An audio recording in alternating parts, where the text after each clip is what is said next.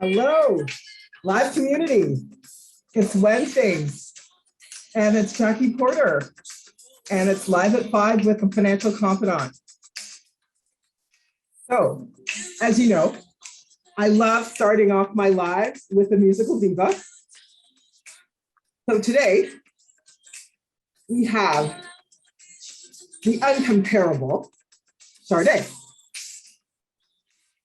And if you have been following our invitation to the live today, we are going to be talking about divorce in a pandemic. So you're probably asking, why am I playing Sade? Nothing can come between us. You ask? Because unfortunately, for a lot of couples, quite a few things came between them during the pandemic. See, we've got our amazing guest here, Olivia D'Ammizio, and she's shaking her head and she's saying yes, because there are unfortunately quite a few people that lots of things came between them during the pandemic and it wasn't enough to keep them together. And let's face it, that's been one of the fallouts of the many fallouts of COVID, is people just deciding that they weren't going to work it out, that they weren't going to actually stick it out together. And unfortunately, for those couples, it means a lot of upheaval for their families. It means a lot of upheaval for their children. And I cannot wait to have this conversation, this really important conversation with Olivia today. Olivia is our family lawyer from Shulman Law. I am so excited to have you here, Olivia. We've got so much to talk about when it comes to divorcing in a pandemic. And I know you're out there in the field. I can't wait for you to tell me what you've been seeing, what you've been hearing, how you've been feeling. How are you doing? Tell us a little bit about yourself. So live community, you know how it goes. You got to welcome our dear Olivia to the live. So take it away, Olivia. How are you? I'm great. Thank you so much for having me. Yes, like you said, I am a lawyer at Shulman Partners LLP. I have been working from home throughout the pandemic, which has been so lovely. I get to have a little extra time with my furry dog, my baby. So she has loved the effects of the pandemic, obviously. Oh, I'm sure. I mean, I think there's going to be a lot of pets as people start going back to work and, back to school, that are going through separation anxiety because their pet owners aren't there, right? So absolutely. And a lot of people, that's a whole other live, but a lot of people adopted pets over the live to keep them company, because nothing like connection without communication is what I always say. And 100%. And perhaps a lot of the couples that we've been talking about, I actually am a very strong believer that there can be such a thing as too much quality time together. So I don't know if that's one of the reasons that things fell apart during the pandemic, but what have you been seeing? Like, what have you seen? What have been some of the reasons that people have been saying why they have decided to, separate during the pandemic? I'd love your bird's eye view. Yeah, like the inside scoop. Yeah.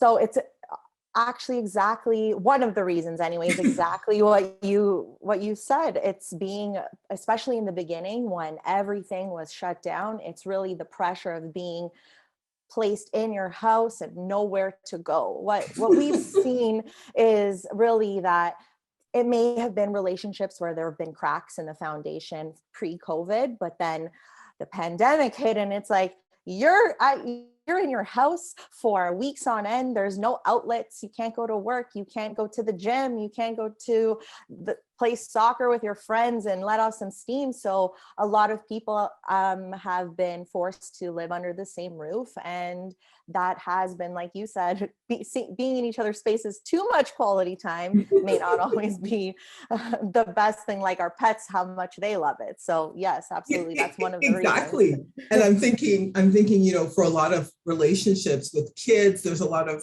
breaks, right? So there's stuff that you have to do with the kids. So there's kids activities, the weekend comes, there's the routines of the weekend where you're out and about and then back in the house. So yeah, I can just imagine that there's a lot of pressure especially if you're all together, all in one place, that definitely could put a lot of pressure on a relationship. Absolutely. And even touching upon kids and their activities when going through even a separation during the pandemic, that became one of the prevalent issues we were seeing were disagreements with as it relates to like safety for children and whether they can, participate in their activities. Obviously, in the beginning, when everything was shut down, they didn't have those outlets. But as things slowly started to reopen, parents may disagree with one another as it relates to their children. And we would definitely tell them to always keep in mind the best interest of the child, and to really, what we've been seeing, what courts have been doing anyway, is following what the government and like their practices and what they're saying is considered safe for the children. So yeah. I want to make sure I understand this, because I think that's really illuminating to me that, so initially in the pandemic, and there might be other reasons that you can go into, people might have been deciding to separate because of too much quality time together. I agree, there is such a thing, right? And then you're saying, as the pandemic wore on and things started to open up, disagreements about, being able to have your child social distance safely and go back into their activities was a point of contention for some couples as well. That might have led to the bow breaking in that potential relationship, right? Exactly. That could be one of the reasons for the separation, and also just one of the issues that separating spouses faced during the pandemic. Absolutely. Wow, because people's idea of safety, I mean, we're all figuring out what our own comfort level is, never mind in a relationship, and two people deciding what's in the best interest, as you said, of the child, and ultimately having to have a court battle around it, which sounds really, really unfortunate. Now, what are some other reasons that you've heard cited as to why people are actually separating? Honestly, from my experience or the cases that I've seen, the issues themselves, I wouldn't necessarily say are different pre-pandemic in the sense of the issues that are coming to us. It's issues on property, on support, on decision making for children. Now, these issues being exacerbated by the pandemic, absolutely, there are new issues that we couldn't even think that it would possibly happen. Who thought that we would be in a global pandemic? So those particular issues and those details, like for example, a parenting agreement maybe pre-pandemic where people's schedules were taken into consideration when being prepared. Now, during the pandemic, it could be that one parent is now able to work from home and they have more flexibility. So they may want to make an amendment to that agreement to reflect their new situation. So that is one way that the pandemic in particular has affected people in their separation. I can't really think of a unique issue that the pandemic has caused specifically, but like I said, I was just curious if that's the case. So couples are coming to you. So people who are already separated are obviously having squabbles around what parenting might look like, what other financial issues might look like. And I'd love to delve into that a little bit deeper as we get on into the conversation. But one of the things that I was thinking about is when you were saying some of the issues that couples have always faced separating, how are they showing up now during the pandemic might be maybe a better question. So sorry, let me just repeat your question back to you so I know what you're asking. So basically the pre-pandemic issues, what in particular, like the pandemic? Yeah, like what were people separating over? What have people always separated over? Because people, might have separated over a whole host of issues. Just because that's, as you said, a relationships, they have cracks and they fall apart even before the pandemic, but potentially the pandemic illuminated and highlighted some of those cracks.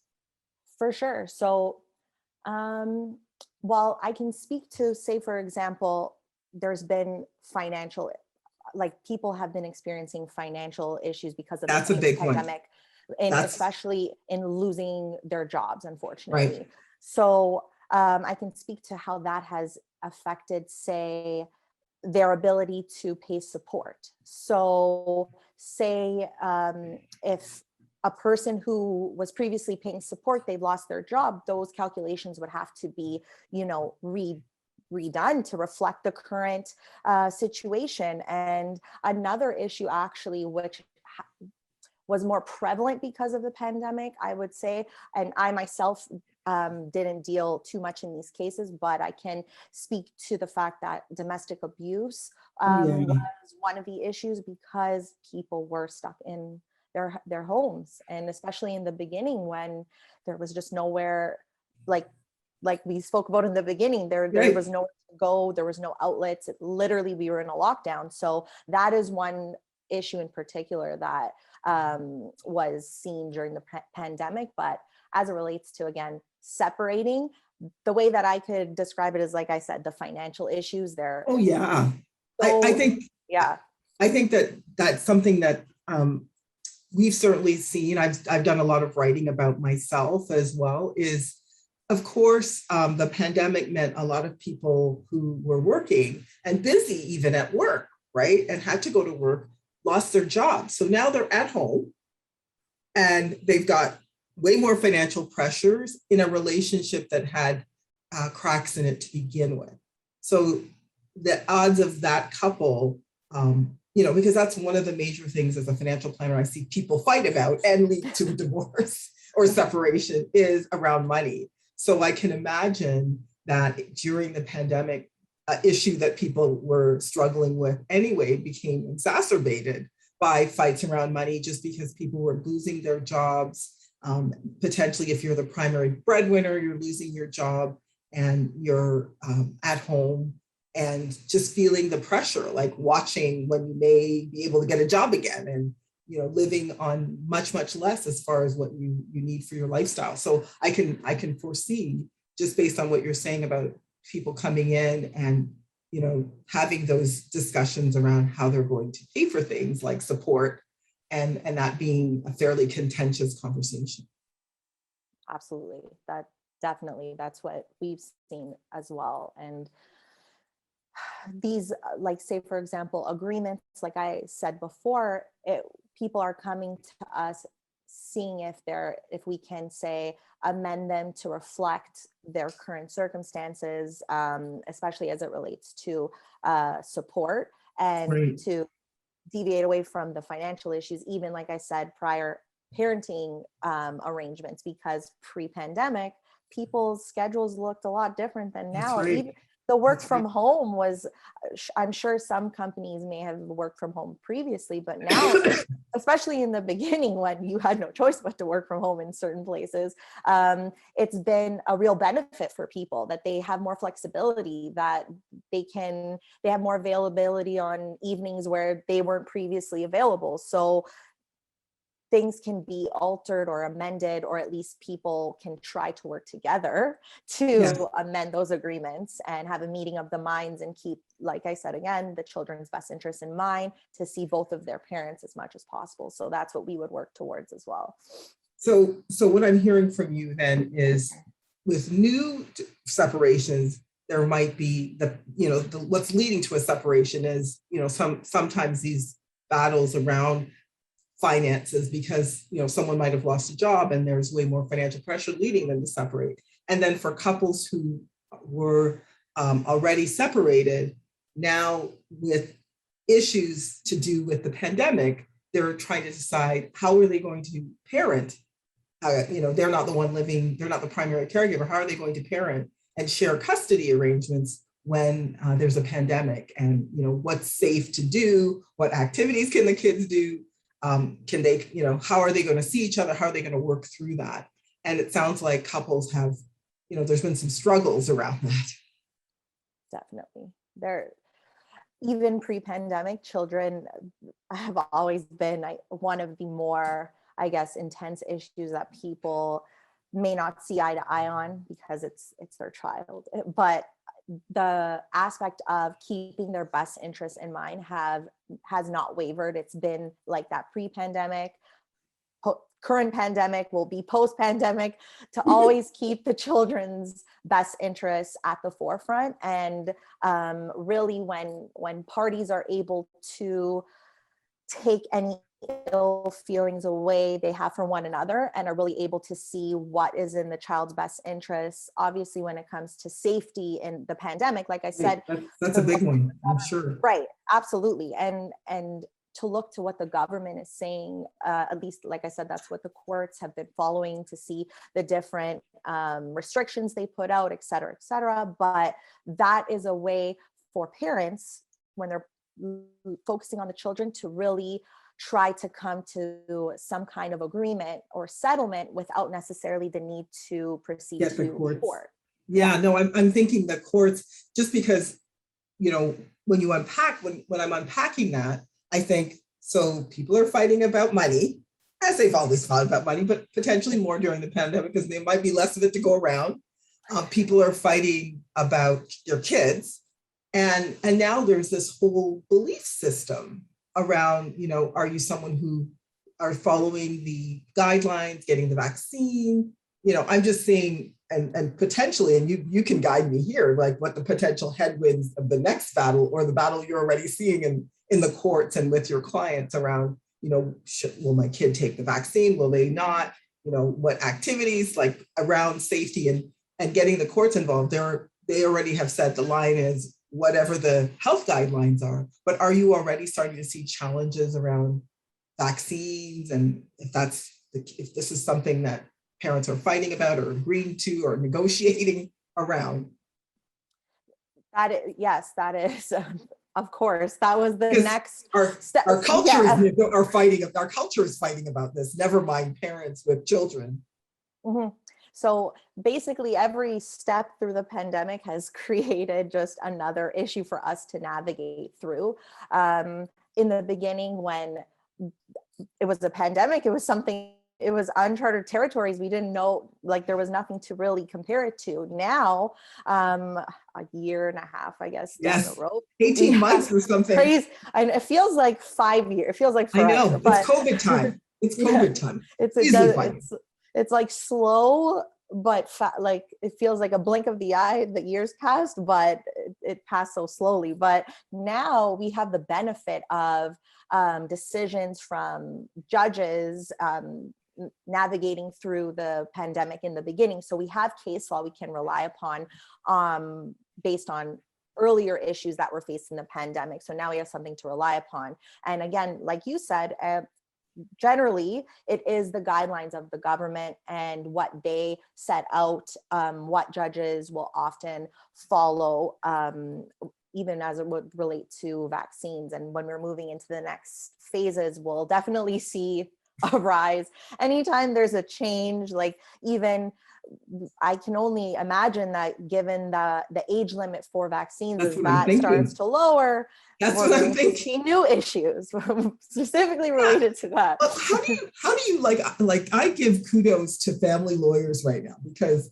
you guys have my full 100% support. I support lawyers in my practice. So I'm just like, you guys need like virtual hugs every minute of the day, right? So I'm just thinking, how are you counseling clients where there's such a divide with how they see things, how, especially going through, dealing with some of these issues, money, kids, if there are other challenges, how are you counseling them? How do you get them to understand, like, how do we come to an agreement around all of these things?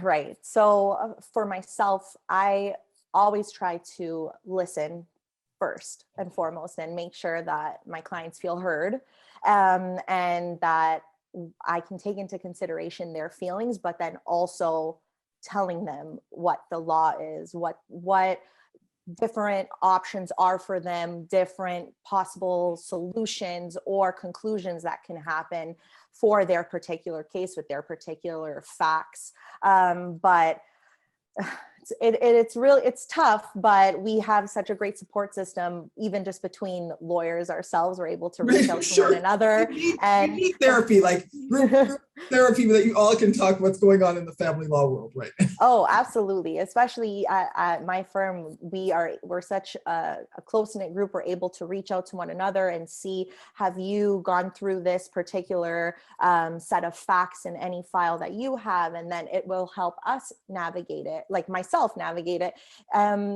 easier, because I have something to fall back on, and hopefully show some kind of confidence to my client that, we will do our best to get you to the end of this situation in the best way possible for you and your particular circumstance, and to show support and always try to provide clear explanations as it relates to the ever-changing law, the different regulations, Right.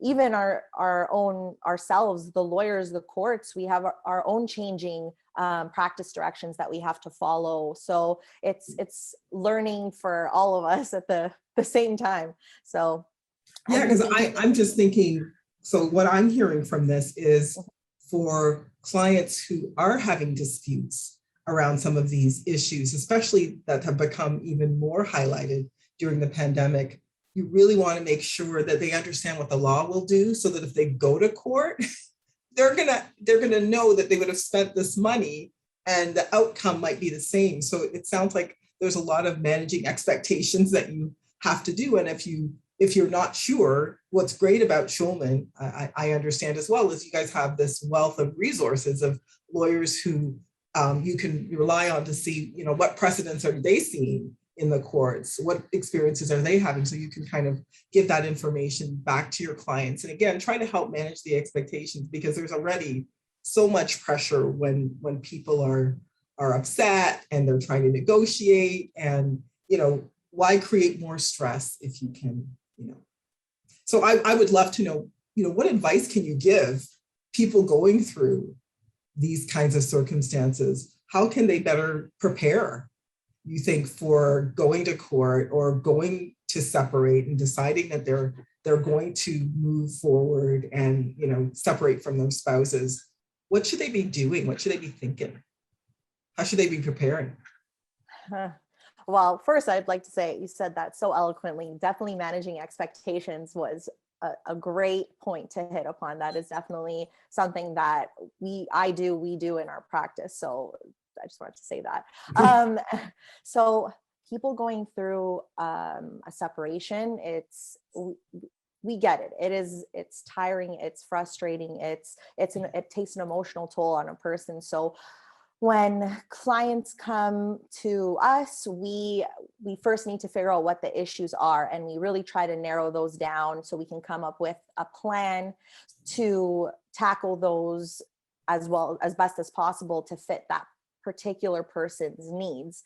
If there are financial issues, we would ask for financial disclosure. When it comes to children, like I said before, keeping in mind the children's best interests and trying your best to put other feelings aside to really focus on the child and coming to an arrangement that is best for them, and keeping an open mind as it relates to settlement possibilities, trying to come to the table with your lawyer, if you have one, and being able to negotiate and maybe come up with, say, a separation agreement to settle the issues instead of going to court necessarily. Yeah. So there are different options for people, but that's something that I think that people should know and take into consideration.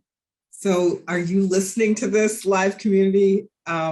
There's no shame. There's so much that people go through emotionally when they're going through a divorce that, Olivia, it's so important. I can't say manage expectations enough, but the other thing I heard from you was really pick your battles, pick what you're going to negotiate around, what's the most important things to you, because then that informs you on how you should, structure a legal negotiation with your partner.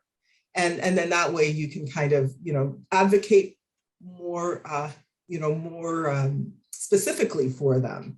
Because if you're coming in and you're fighting about a lot of things, first of all, that's a lot of energy that's going not necessarily where you want. It's kind of focus on the outcome and focus on those those issues you really want to resolve.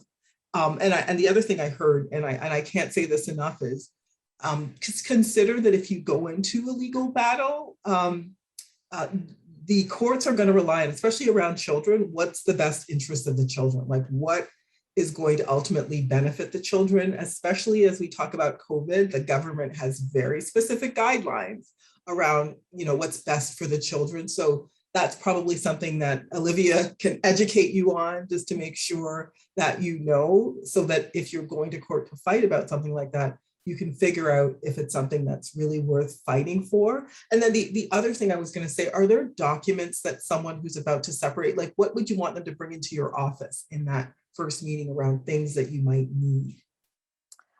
It really depends. I can just listen to a client or a potential client, and then after that first conversation, then I would be able to more specifically guide them and tell them what exactly I need. Right.